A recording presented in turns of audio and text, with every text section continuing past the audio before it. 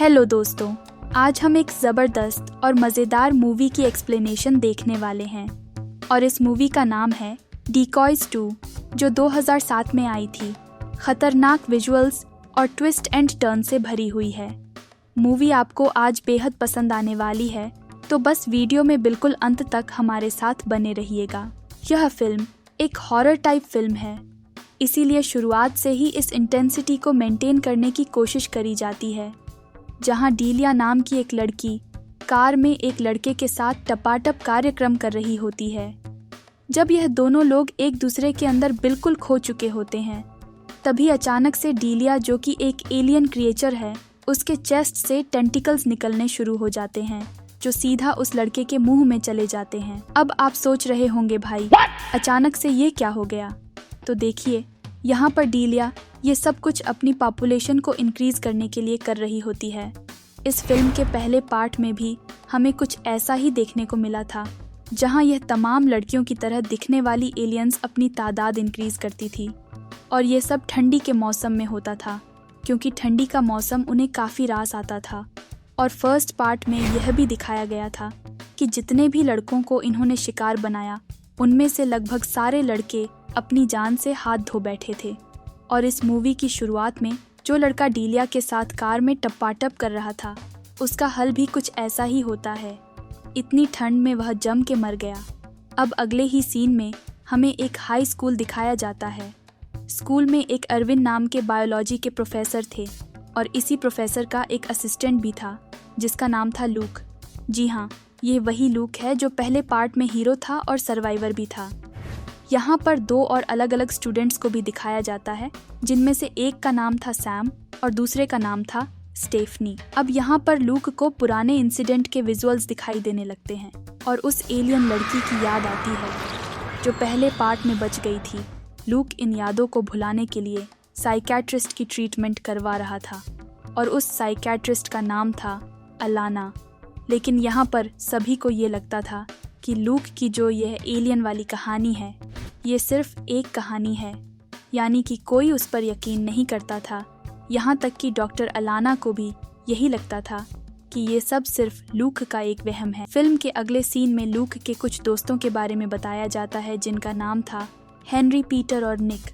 यहाँ पर ये लोग एक कंपटीशन करने की सोच रहे थे, जिसमें ये लोग लड़कियों के साथ समय बिताएंगे, और जो बंदा सबसे ज़्यादा पॉइंट कलेक्ट करेगा वह इस कंपटीशन का विजेता होगा। अब अगले सीन में जैस्मिन नाम की लड़की को दिखाया जाता है, जिसे एक पुलिस वाला पकड़ लेता है क्योंकि जैस्मिन ओवर स्पीडिंग कर रही थी। लेकिन जैस्मिन तो एक एलियन है, इसलिए वो अपने टेंटिकल्स उस पुलिस वाले के मुंह में घुसा देती है, जिसकी वजह से उस पुलिस वाले की ठंड के कारण मौत हो जाती है।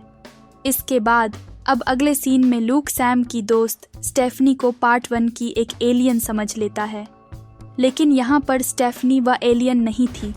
ये दोनों यहाँ पर बात कर रहे होते हैं, तभी लूक इनडायरेक्टली उसे अपने सपने के बारे में बताता है। यहाँ पर लूक अपने एलियन एनकाउंटर के बारे में सब कुछ स्टेफनी को बता ही देता है। अब अगले सीन में हम कॉन्स्टेंस को देखते हैं, जो अपनी एलियन टीम के साथ मौजूद थी। इस टीम में डीलिया और जैस्मिन दोनों मौजूद थे, जो कॉन्स्टेंस को यह बता रहे होते हैं कि अब तक उन्हें कोई भी परफेक्ट मर्द नहीं मिला है जो उनके शरीर के टेम्परेचर को बर्दाश्त कर सके और जो उनके बच्चे को अपने अंदर रख सके। वो बताती है कि जितने भी मर्दों के साथ उन्होंने अब तक ये सब कुछ किया है, वो सब मारे गए।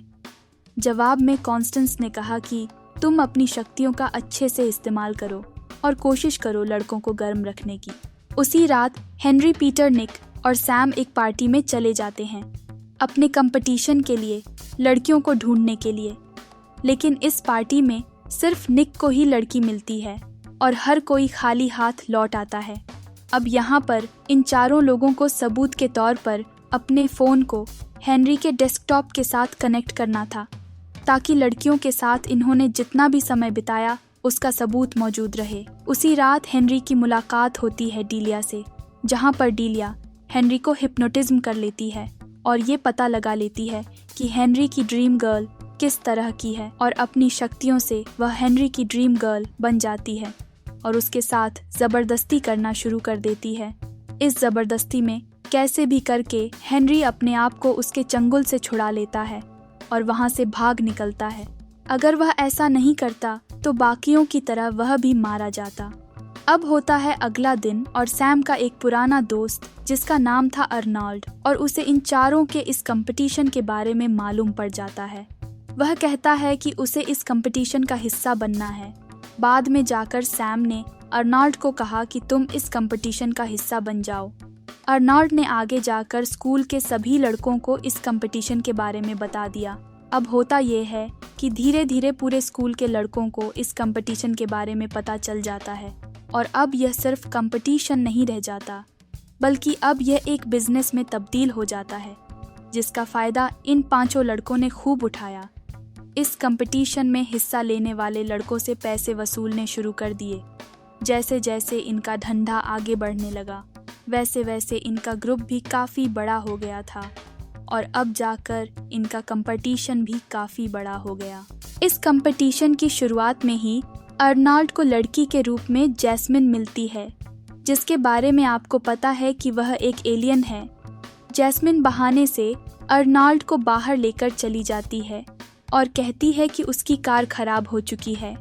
जैस्मिन अर्नोल्ड को बाहर बर्फ के खुले मैदान में लेकर चली जाती है। माहौल गर्म हो जाता है और यह दोनों आपस में टपाटप करने वाले होते हैं, लेकिन इससे पहले अर्नोल्ड अपने फ़ोन को हेनरी के डेस्कटॉप के साथ सबूत के तौर पर लिंक कर देता है, ताकि पता रहे कि उसने किसी लड़की के साथ समय बिताया है।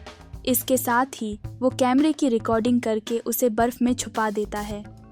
देखते ही देखते दोनों आपस में इंटीमेट होने लगते हैं, और तभी जैस्मिन अपने अंदर से अपने टेंटिकल्स को निकालती है और सीधा अर्नोल्ड के मुंह में घुसा देती है। लेकिन यहाँ पर अर्नोल्ड की किस्मत काफ़ी ख़राब थी, क्योंकि सिर्फ यही वाला हिस्सा फ़ोन के कैमरे में रिकॉर्ड नहीं हो पाता। ऐसा इसलिए क्योंकि वहाँ पर ठंड काफ़ी ज़्यादा पड़ रही थी, और इस वजह से फ़ोन बंद पड़ जाता है। लेकिन यहाँ पर सबसे अजीब चीज़ होती है कि जैसे जैस्मिन अपने टेंटिकल्स को अर्नोल्ड के शरीर में डालती है, तो वह इसके बाद भी जिंदा बच जाता है। और यहाँ पर सबसे मज़े की बात तो यह थी कि ये सब कुछ सैम लाइव देख रहा था।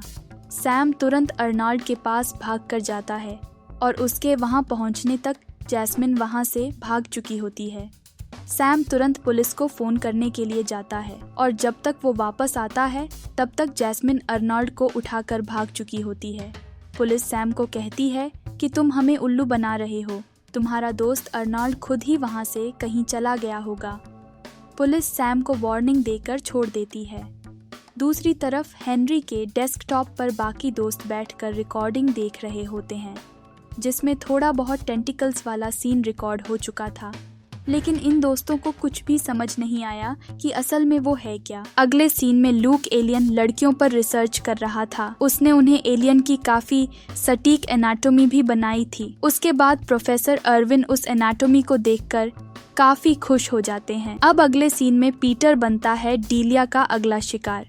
इन दोनों की मुलाकात लाइब्रेरी में होती है, जिसके बाद डीलिया पीटर को फुटबॉल मैदान में ले जाकर सबसे पहले पीटर को हिप्नोटाइज कर देती है, और फिर पीटर के ड्रीम गर्ल का रूप ले लेती है, और फिर यह दोनों आपस में इंटीमेट होने लगते हैं। गलती से पीटर से स्टेडियम का हीटर ऑन हो जाता है, और फिर डीलिया की स्किन जलने लगती है। डीलिया वहाँ से भाग जाती है। अब आगे जाकर सैम को लूक की थ्योरी में यकीन होने लगा था। इसके अलावा बाकियों को भी धीरे धीरे शक हो रहा था, क्योंकि उन्हें अचानक से सेम टू सेम गेटअप में उनकी ड्रीम गर्ल मिल रही थी। यहाँ तक कि अर्नोल्ड का भी कुछ अता पता नहीं था। इसके अलावा शहर के भी कई लड़के धीरे धीरे गायब होने लगे थे। लूक डॉक्टर अलाना के पास उसके हॉस्पिटल में जाता है, जहाँ वह कॉन्स्टेंस एलियन भी काम कर रही थी। लूक को लगने लगा कि अलाना भी एलियन है, लेकिन उसने लूक को कहा कि तुम मुझ पर विश्वास कर सकते हो। अस्पताल में बाहर लूक को सैम मिलता है। ये दोनों बात ही कर रहे होते हैं। तभी लूक कॉन्स्टेंस को देख लेता है और उसके पीछे भागने लगता है।